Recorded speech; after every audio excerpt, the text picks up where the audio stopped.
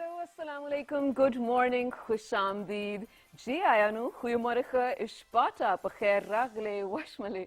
Ladies and gentlemen, welcome to Well This Morning. I hope this is going to be, inshallah, a great day and a great morning. Because, well, I'm here to share it with you. I absolutely love doing it. This is Well This Morning, and this is Shiza Hashmi. Right out of a weekend, thus the spirits are very lifted, I tell you that. I really hope the weekend was great for all of you as well. Also, I really hope all of you were following the SOPs because, well, we really want this pandemic to die down now. It's been more than 1.5 years. I'm done with it, and I think I speak on behalf of all of you when I say that we're really done with this. But that also depends on us, you know, sort of dealing with the pandemic in a way that it is definitely diminished to a point where we are free to go out and just meet with our friends and just be with our friends.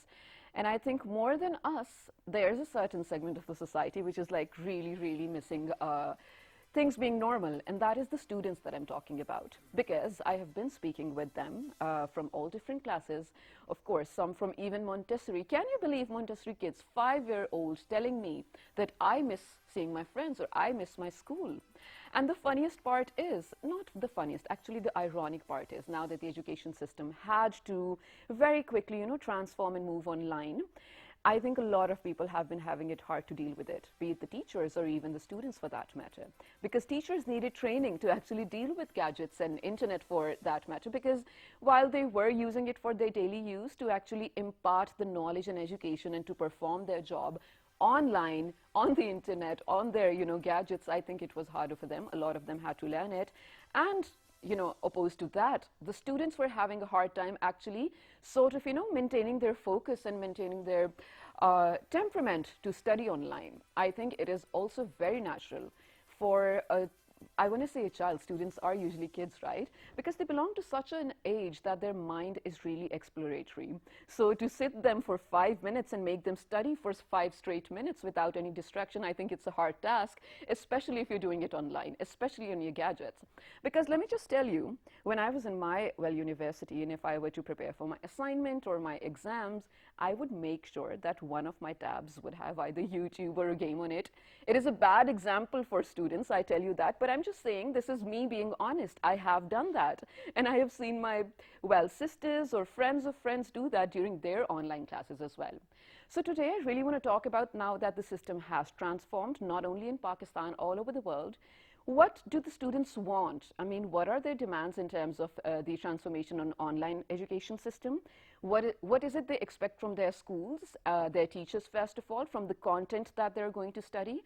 And then I also want to talk about the physical aspect of it. Do they really miss it? I mean, what was it in there that was so different than, you know, studying online? And speaking of the burden sort of that is on the government right now, because imagine, in Pakistan, around more than 60, I want to say roughly 64% of the population is the youth. I mean, if we look at that potential, we're really looking at the future leaders. And we cannot put a halt to their education. We cannot just say that, okay, let's take a year off, let's not study because the pandemic is going on. That's not possible. So everyone had to move and do things efficiently. And good news, though, the teachers or, you know, people who are working in the education sector directly or indirectly now have been sort of labeled as frontline workers. And in Pakistan, they shall soon be receiving their vaccination. Why? Because they have to actually invigilate the upcoming exams. Actually, when we talk about the education sector here, there's so many things we have to talk about. I also have a small informative report to share with you guys, but before that, one thing that we must talk about. I think me having the opportunity to actually be on state television every other morning makes me absolutely responsible to speak about the wrongdoings or the atrocities that have been going on for so many days. Now, alhamdulillah, we have been informed that there's a ceasefire. I'm talking about the Israel-Gaza/Palestine situation. There has been a ceasefire, definitely. But if you look at the damage that has already been done, it's not just infrastructure. It is human development that has been halted. I mean, imagine if you've blown up the schools or if you have even blown up the houses or whatnot. How will, first of all, the children or the families come out of the trauma? That is one major thing. When they do, how, when, or where will they have the schools to go to receive the education and to, make their country feel prosperous or even better? There's not just one aspect to the destruction that has been done in Palestine, ladies and gentlemen. Humanitarian is one of it, definitely. But there are so many other avenues, so I want to take this moment to really, really, really pray from my heart that all my Palestinian brethren, actually each and every single Muslim brethren from different parts of the world under occupation, under illegal atrocities, may they get the courage to come out of it, inshallah, inshallah, and may they never have to face this again. Now back to education, ladies and gentlemen, where I actually today happen to have 3 students from different grades who are going to share their story. And more than that, the fun part about it is I have a family here today. So we'll talk about how a family goes through a pandemic, having all the kids school going, and then parents even working. How does that work out, and how do they manage? Do they follow the SOPs? Today they are going to spill all the secrets. Before that, let's take a look at this report where we will know where Pakistan stands in terms of education during the pandemic. Let's do it. The COVID-19 pandemic has become a global health issue and has had a major impact on education. The World Health Organization has declared this infection that is becoming a major public health challenge worldwide. The infection control and physical distancing measures are crucial to prevent the virus from further spreading and to help control the pandemic situation. The policy of compulsory physical distancing has been implemented in many countries, resulting in nationwide school and university closures. Meanwhile, in Pakistan, Ministry of Education initiated steps to continue the education process during the pandemic. These include teleschools, radio school, e-Taaleem portal, initiative of distance learning program, and online content development. Consequently, halfway through the academic year 2019 and 20, learning methods were delivered through distance learning. Despite some challenges, this current COVID-19 pandemic changes not only the utilization of technology in education, but the pedagogy strategies in the future. Well, Taleemabad was definitely actually very helpful for a lot of people. I know that for sure. Do you know, I was reading news just yesterday and it said that from today on, that is 24th May, in districts that have less than 5% positivity ratio for COVID-19, schools can reopen. While unfortunately there are a lot of districts, including the federal capital Islamabad itself, where schools are not going to open today because their positivity ratio is above 5%. But for those who are not opening today, a decision will be made, inshallah, on the 3rd of June. And if they actually do follow the SOPs, they will open on the 7th of June. I will update you then. For now, ladies and gentlemen, let's be in conversation with this amazing family and ask them how the pandemic was for them in terms of education too. First of all, we have the head of the family, the father. He's actually been on the show in a different capacity. So today I'm going to introduce him as a father to these very sweet angels, ladies and gentlemen. He happens to be the chairman of the Cardiac Center, PIMS. He is none other than Professor Dr. Naeem Malik. Assalamu alaikum, sir. Welcome back. Ji, walaikum salam. Thank you very much. This time it's going to be very different, you know that, right? Because we're not going to ask you how it's going in your hospital. It's definitely about family and learning. Secondly, ladies and gentlemen, well, this one happens to be in grade 2. She's so sweet. I have been talking to her. I really hope she shares her stories with you guys as well. She's an angel. Asra Naeem Malik. Hi, Asra. How are you? Assalamu alaikum. I'm fine. Are you ready for this show? Are you excited? Yes, I am. I'm so excited to talk to you. Next to Astra, ladies and gentlemen, now this is someone I really want to talk to because they're going to be having their exams this year. Last year they didn't, along with all the other students in the world. So let's see their perspective. Are they ready for it? Or is there anything they still demand from the government or the education ministry itself?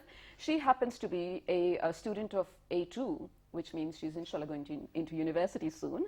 Sahar Iqbal Malik. Assalamu alaikum, Sahar. How are you? Assalam, I'm fine. Okay, so you do know we have a lot to talk about, right? Of course. Okay, so next to Sahar, she happens to be, belonging to 4th grade. I don't even remember when I was in 4th grade. That is like ages ago. So I actually have a lot of fun questions for you. She happens to be Hadia Naeem Malik. Assalamu alaikum, Hadia. How are you? Fine. You fine? Okay, so I'm going to start my conversation with Asra first of all. Asra, did you have online classes? Yes. How did you like it? I like them because we can stay home and stay safe with our family. That is true. So did you like staying home? Yes. You were still waking up early in the morning, weren't you? Yes, I was. But did you enjoy it? Yes, I You did? Oh, wow. Well, Astra seems to be a very obligating student, I want to say as well. And I think she's a very lovely daughter too. Dr. Sab, I want to take it to you first of all. You being a parent, of course, you must be so concerned with the situation with, mashallah, such young kids. First of all, how did you tackle when everything moved online? Were you okay with the idea of it? Well, when this thing, COVID, started Yeah. about a year and a half back in 2020, so in fact, nobody knew how to tackle it, Right. including the government. Yes. And as the government was confused, so the public was already. So we were really scared when we had to send our students, our daughters and sons to the schools. Yeah. So the government took the step and they closed the schools very early in the COVID. Yeah.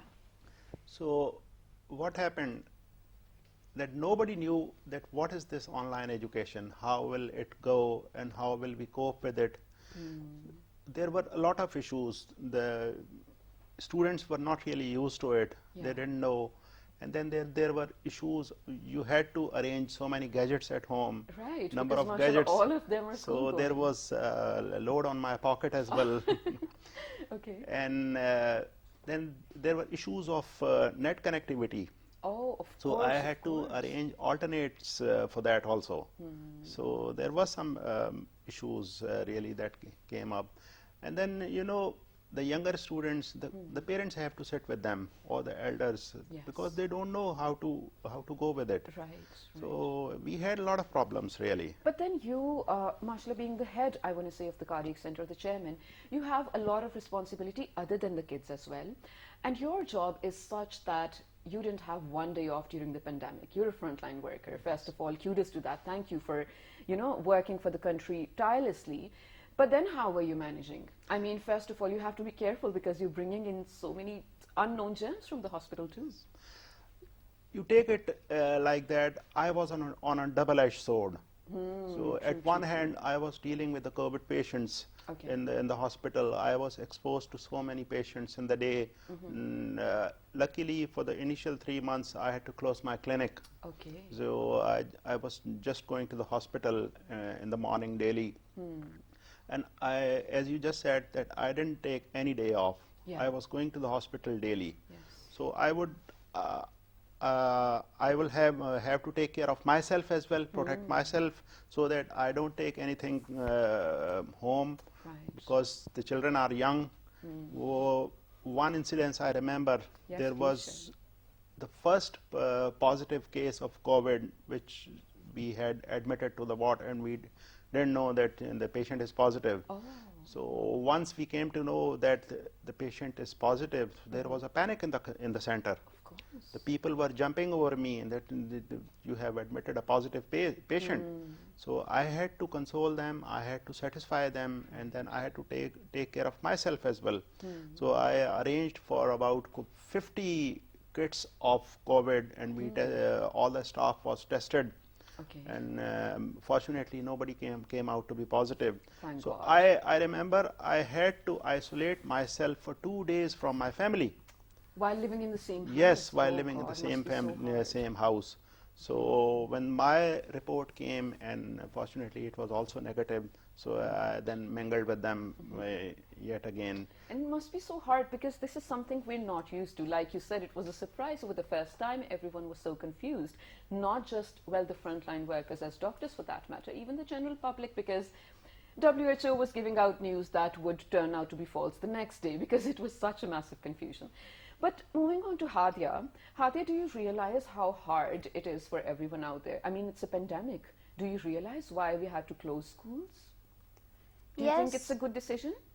I think it's a good decision because we can stay safe during it. And that's the priority, right? Why do you want to contract the virus? That's good. But what is it that one thing that you might have missed from schools now that you have online school, right? Do you miss physical school? I miss physical school sometimes because Okay. of my friends. Oh. And that is a special kind of thing, right? I mean, of course, if you're sharing a desk with someone, you can talk to them anytime, but online, how can you even chat to your friend? Is it so? Yes. But then were you meeting your friends? When I went to school a few months ago, I started meeting them, but when it's closed again, we had to start messaging. Oh, and now you're really acquainted with gadgets and everything. Do you know how to do Zoom now?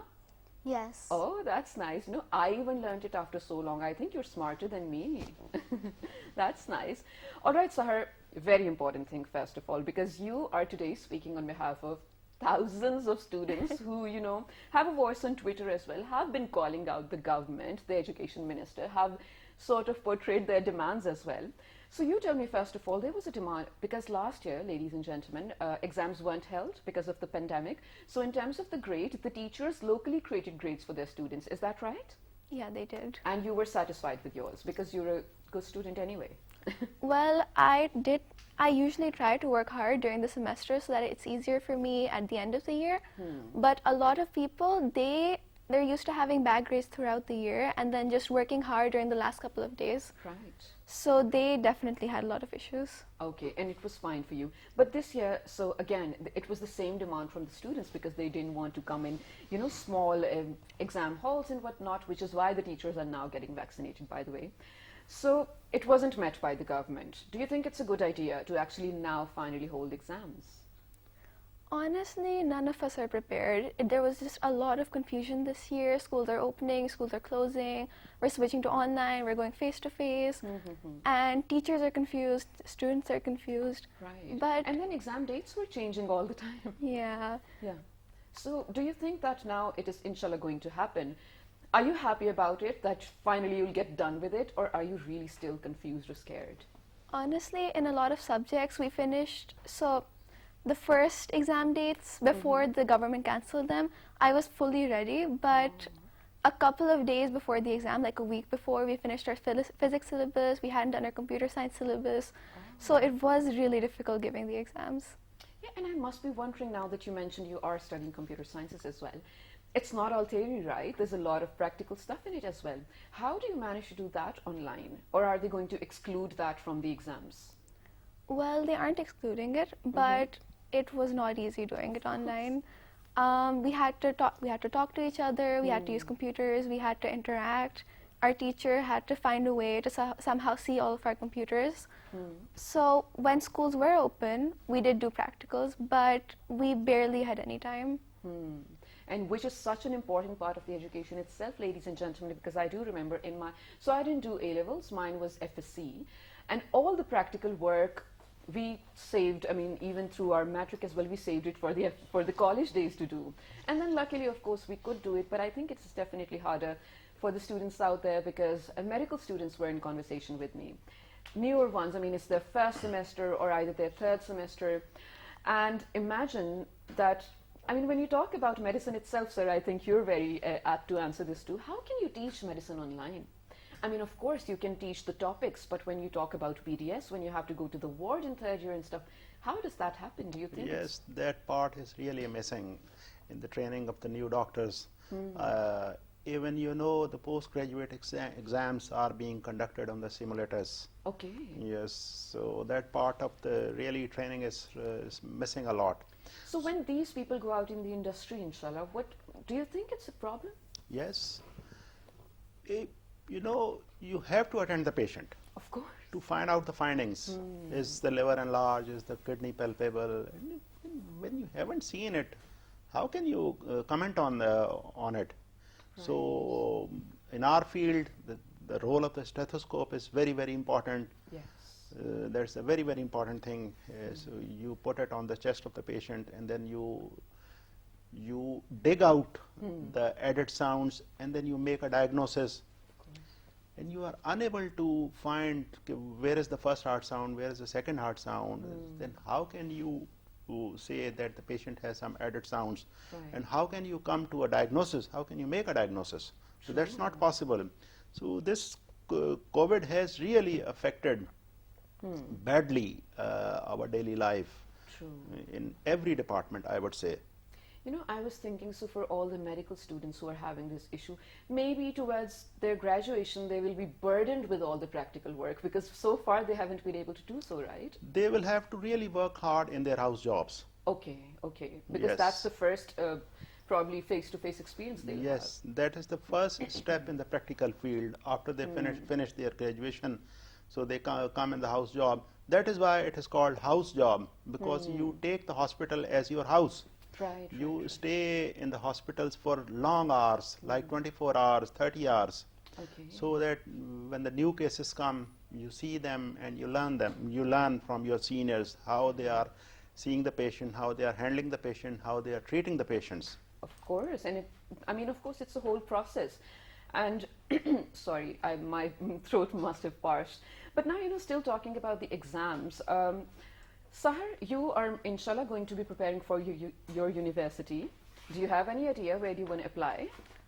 Well, I'm trying for Pakistan, but considering the COVID cases and everything else, hopefully Turkey or some other Muslim country, Qatar maybe. Oh, I love it. So what do you want to study?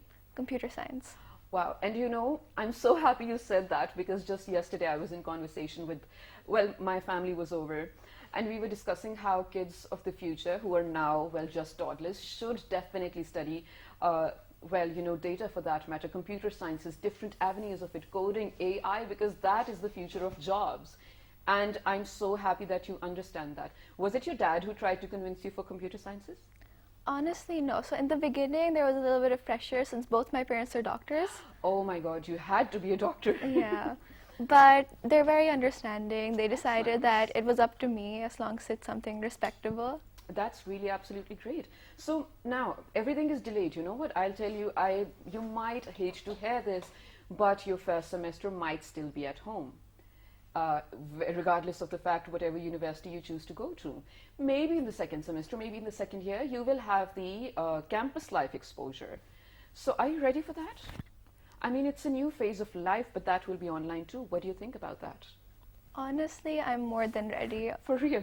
Half of my O2 was online, then all of AS. And we're starting out A2 online, so I'm just sick of it, honestly. But don't you feel like you want to go to the campus and have and experience the life? I mean, for me, that was it. For me, I mean, otherwise, what is university? Sorry if I'm actually not speaking on behalf of a lot of you, but campus life adds a lot to the university experience itself, right? Of course, I'm very excited about it. Yeah, okay, that's great. Hadia, what are you excited about? I mean, when, inshallah? Because we're hoping next month everything will come back to normal in terms of going to school. I'm going to be excited for that we can be face to face and we can talk with our friends normally like we do, and also that we can handle everything easier. But tell me one thing, does Sahar help you with studies now that you are all at home? Sometimes she helps me. And sometimes she doesn't. Yes. She's busy now. You tell me, Asra, who helps you with studies at home? My mom helps me usually, but sometimes my sister also do. That's nice of your sister. So did you girls actually learn something, another hobby? Did you, learn something new from your mom probably during the pandemic? So for example, I adopted the art of cooking. I absolutely did not know cooking before this, and I think YouTube is the god of all things. So I learned a lot of dishes from YouTube. What about you guys? Any new hobby? Anything productive?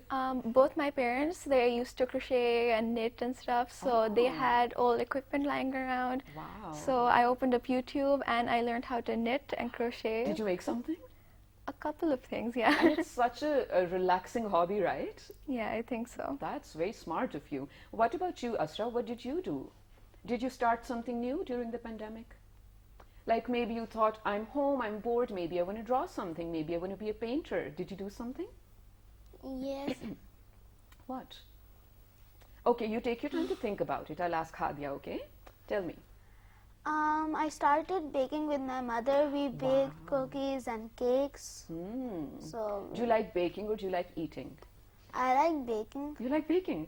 You know, when I used to bake with my mom, I used to finish the batter uncooked. Do you like eating the batter itself?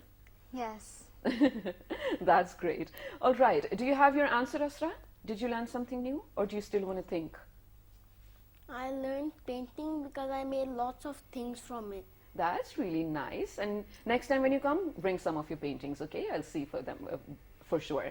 Now, towards the end, Dr. Saab, I want to wrap up the segment with you, of course, when we talk about next month, inshallah, everything opening. We're hoping it's going to be safe because of the vaccination. First of all, being a doctor, will you get your kids vaccinated? Yes, definitely. I would like them to be vaccinated. Yes. Once it is available for them and once it is advisable, Yes. the authorities say that the kids should be vaccinated, I would definitely like them to be vaccinated. I'll do it myself. That's I'll nice. take them to the hospital and vaccinate them. That is brilliant, absolutely brilliant. And one more thing I think we have to wrap up it with, and I think everyone thinks about it as well, the exams that are going to happen. Now, even last year, I do remember it was the year before that when what is it called? Entry test for medical was happening. There was a chaos on Twitter that the paper is leaked, we don't know what to do, blah, blah, blah. Similar things, of course, among other things, might be expected. What do you think of the exams being held in physical this time? And what do you think will happen to the education after this? Is this the new normal, online? No, I don't think that it is normal. Okay. This physical examination, that is the best thing. You can control everything, Yes. no cheating, nothing, no help from any side. Online, whatever you do, it's not possible to cover every aspect. True, true, It's true. really. So you're talking about opening everything after a month or so. I don't really think so.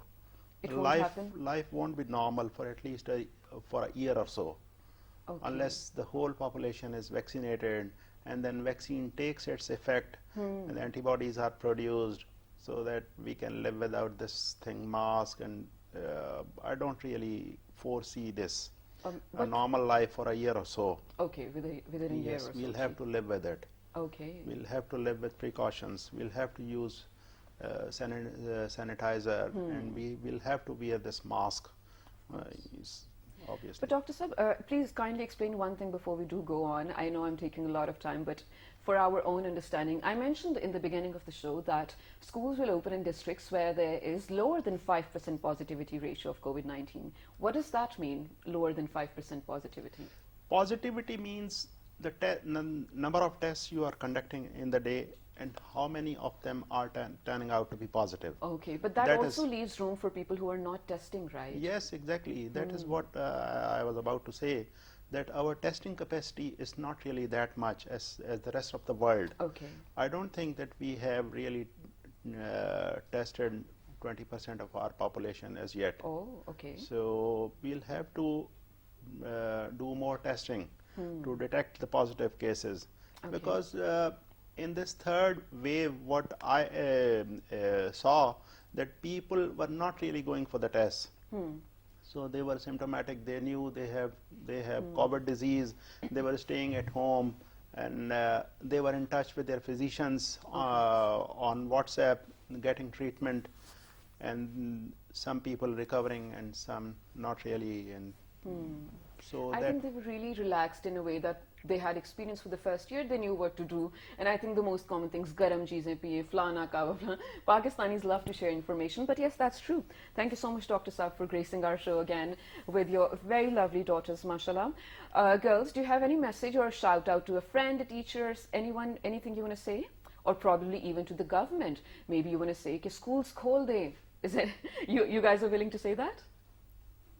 Yeah, let's go on, Sahar. If you have a message, please look into this camera and go ahead. No? All right, so I think what Sahar wants to say, and we did discuss this before as well, was that for all the people out there who do fall in the bracket of getting vaccinated, please do so that at least things get back to normal, or at least near that as well. And we really hope and pray, inshallah, like Dr. Sab said, whenever it is suitable and whenever it is advised for vaccination to open for kids as well, we do that because, well, they are the future of our country. We have to educate them, provide them with the best of all facilities, and on top of that, actually, prior to all of that, we need to provide them with the best of health. Ladies and gentlemen, right now I'm heading to a very short break. When I come back, I will have someone who will make your day very melodious. Stay tuned to find out who this is. Good morning.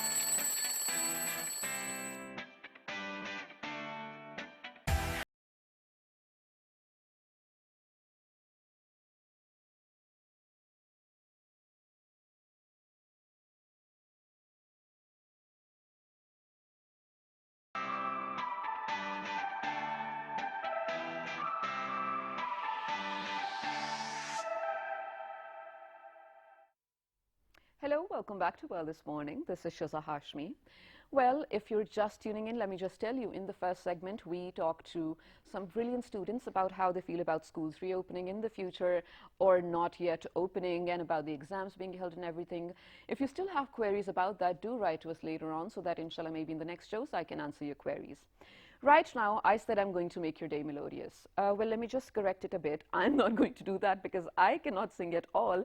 I actually happen to have someone who has amazing vocals, mashallah. He is amazing at whatever he does. Well, actually, he works in the IT sector as an architect, if I'm not wrong. But he has actually dedicated the other part of his life to music. He sings, he does covers, he has his originals, a lot of them. Before introducing him, actually, let's take a look at one of his songs. When we come back, we will talk to him and maybe actually make him sing live. Let's do it.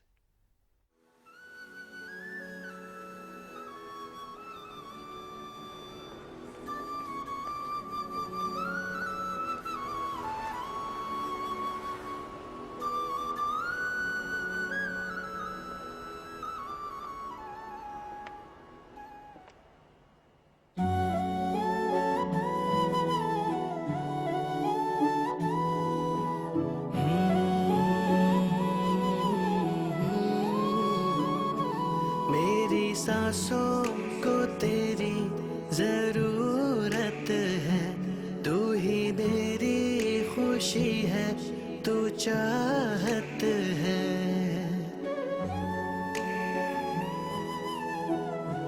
हो मेरी सांसों को तेरी जरूरत है, तू ही मेरी खुशी है, तू चाहत है। नजरों की दुआ, तू मेरी दुनिया, तू ही मेरी मोहब्बत है। तू इश्क है, तू प्यार है, तेरे लिए दिल बेकरार है। तू इश्क है। Nauman Ahmed for you, ladies and gentlemen. Hello, assalamu alaikum. Welcome to my show. Shiza, thank you so much. This was some amazing video work I was just watching. Thank you. First things first, did you always think that I'm going to make music videos to my songs? Because I have seen two types of people. Some of them really just want to go for the audio.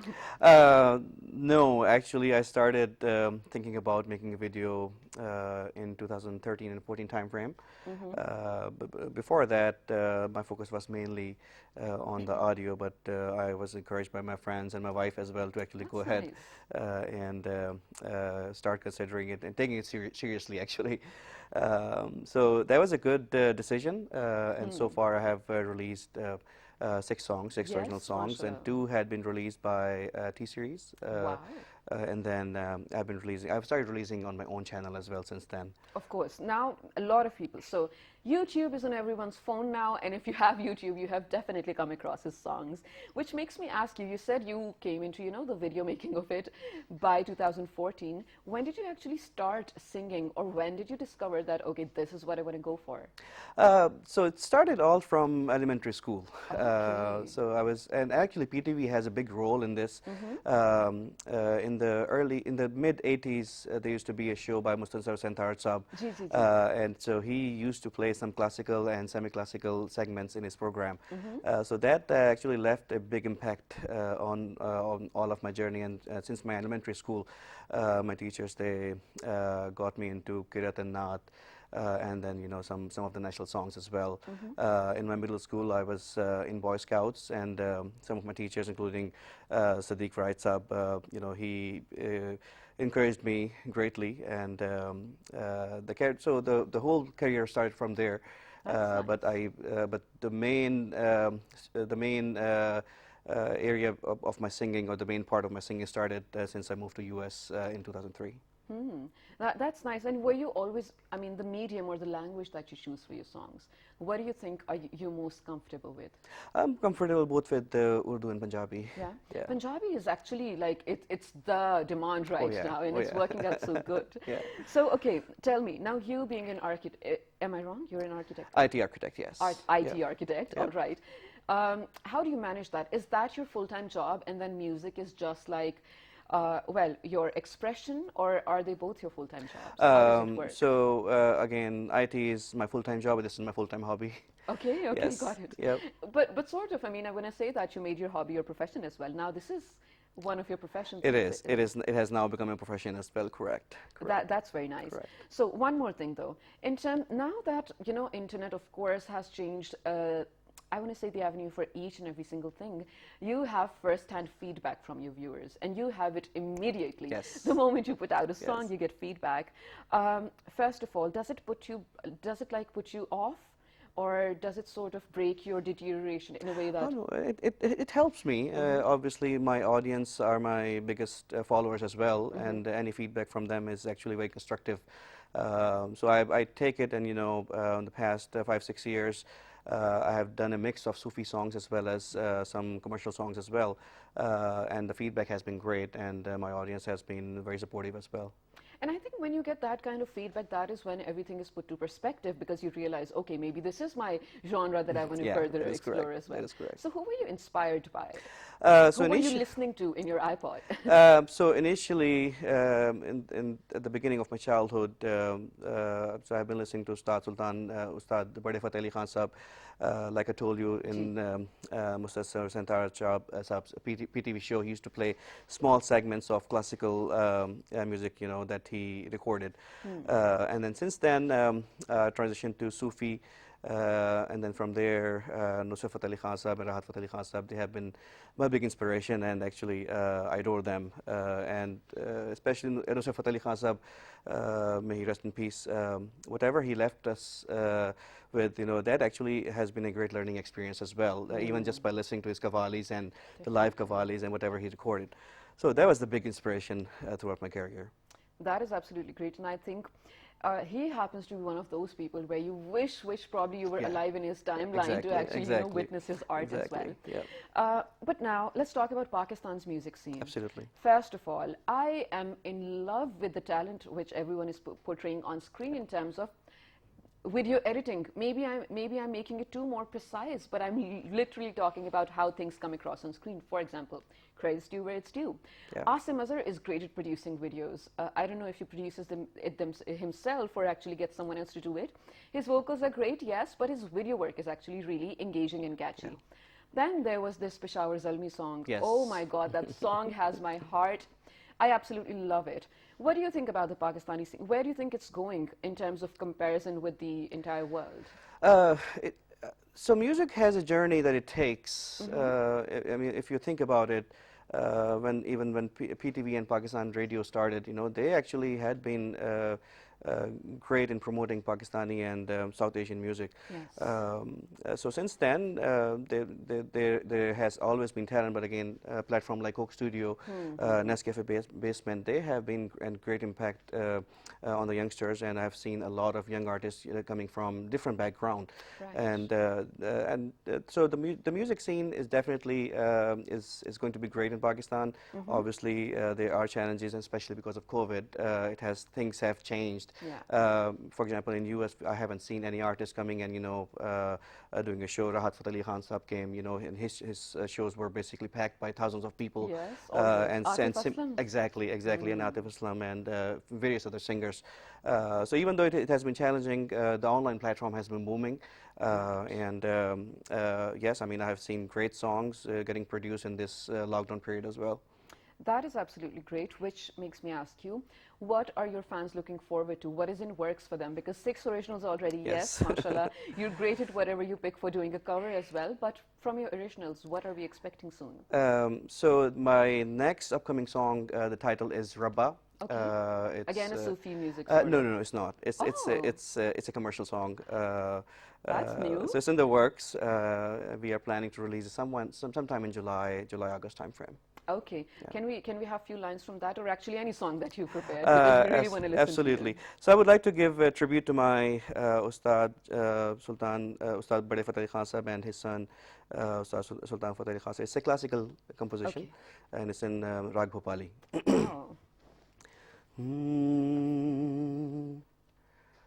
Oh.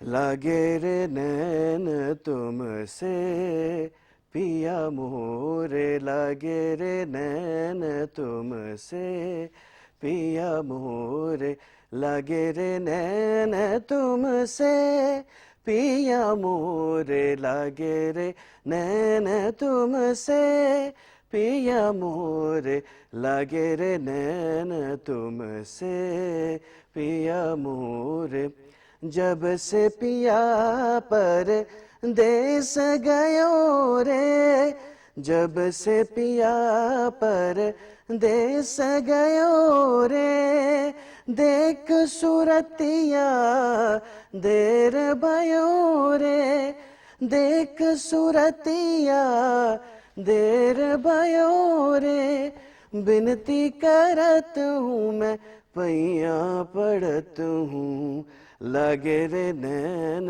तुमसे पिया मोरे. Absolutely amazing. This was Thank you. so effortless. Can I Thank tell you. you that? Thank you. Because we have, of course, seen a lot of people of talent, of course, and this really seemed effortless. Now you said this is Rag Bhopali. Rag Bhopali. Where did you learn music from? Because So- this is not self-taught, is it? Yeah, so like I said, Ustad the late Bade Fateh Ali Khan Ji, Sahab ji. from Patiala Gharana and his son Ustad Sultan Fateh Ali Khan Sahab. So they have been a great blessing in the past 5 to 6 years. Wow. I got a chance to learn from them directly, and they have taught me. As a matter of fact, everything has been online. So Wow. that has been a great help, because obviously people who are living in USA, it's very hard for them to be in touch with the gems of legends, yes. gems and legends of music in Pakistan. So I and many of the students they have been learning online from them. I think it's a blessing, right, to It actually is. have the It is. opportunity as well. It is. But one thing, so I do remember when I was in the, anyway, when it was the age of cassettes and when I used to listen to cassettes, do you remember? It was just like a few years back when there Yes. were no MP4s or iPods for that matter. Albums were a thing. Even I do remember the likes of Ali Zafar or Fakhir or Haroon for that matter, Yes. or Atif Aslam for that Vital coming out with. Science. Vital Science. Yeah, Right? of Yeah, course, oh, with exactly. albums, front and back. Yes. Albums are not in anymore. People rather prefer singles, and then later on, probably a year or two later, they will combine the singles to make Yep. an album. Do you support this trend though? So, like trend changes, right? Earlier there was a big trend of okay, I'm going to go ahead and release an album, Yeah. and now with the introduction of YouTube and online marketing and advertising, trends have been changed to hey, okay, I'm going to go ahead and start releasing single because that gets more popular, especially when you're trying to come up with an album, it takes a lot of time as well. These days, people don't have time that much. That's true. So I think everyone is impatient. They just want to get it out. Exactly. All right, that's great though. I mean, we're still happy with the fact that music is being produced, even if it is singles or albums, because talent is still there. Towards the end, Naman, of course, we will listen to one more song. I really, really, absolutely love your vocals, but I want you to give out a message or sort of an advice to all the youngsters who are finding it hard to put their talent on YouTube and then sort of polish their talent. All the aspiring singers to be. Please Absolutely. speak to them. This is your camera. Absolutely. So just continue to do your thing. Never get discouraged because even a small effort can mean a lot when it comes to marketing your talent online. So continue to work hard, continue to learn, increase your knowledge, continue to work on YouTube, TikTok, and all the other online platforms because that's your biggest venue until you are there. But until then, just use this platform and keep working hard. But that was a brilliant message. Thank you so much, Naman, for being with us. I'm just going to wrap up the show and then head it to you to actually, take us out with a song. Sure. Well, ladies and gentlemen, if you have any queries or suggestions actually about the things we talked about today, do let us know because we'd love to answer them on our Facebook page with the name of World This Morning. On Twitter, you can find us with the name of World This Morning without a G. On YouTube with the name of course, World This Morning, which comes under the PTV World channel. Good news, there is now live streaming every moment of PTV World on YouTube, so if you don't have a cable or a dish connection, you can of course watch us on YouTube as well. Till the next time, take care, good morning, and let's go out with a beautiful song. Noman, Emma, take it away. Thank you. So that's one of my favorite songs. It's called Meherban. The title is Meherban. You can catch it on my YouTube channel. Okay. So go to youtube.com/Noman Ahmed Official. Okay. सुनो ना क्या कह रहा दीवाना सा ये दिल मेरा, सुनो ना क्या कह रहा दीवाना सा ये दिल मेरा, सपना है मेरा तू रोशन सवेरा तू, आजा भर ले मुझे अपनी बाहों के घेरों में, मिट जाए ये दूरियां, मेहरबान है समा जाना, थाम ले जानिया, मेहरबान मेहरबान है ये समा जाना, थाम ले जानिया, मेहरबान मेहरबान मेहरबान मेहरबान।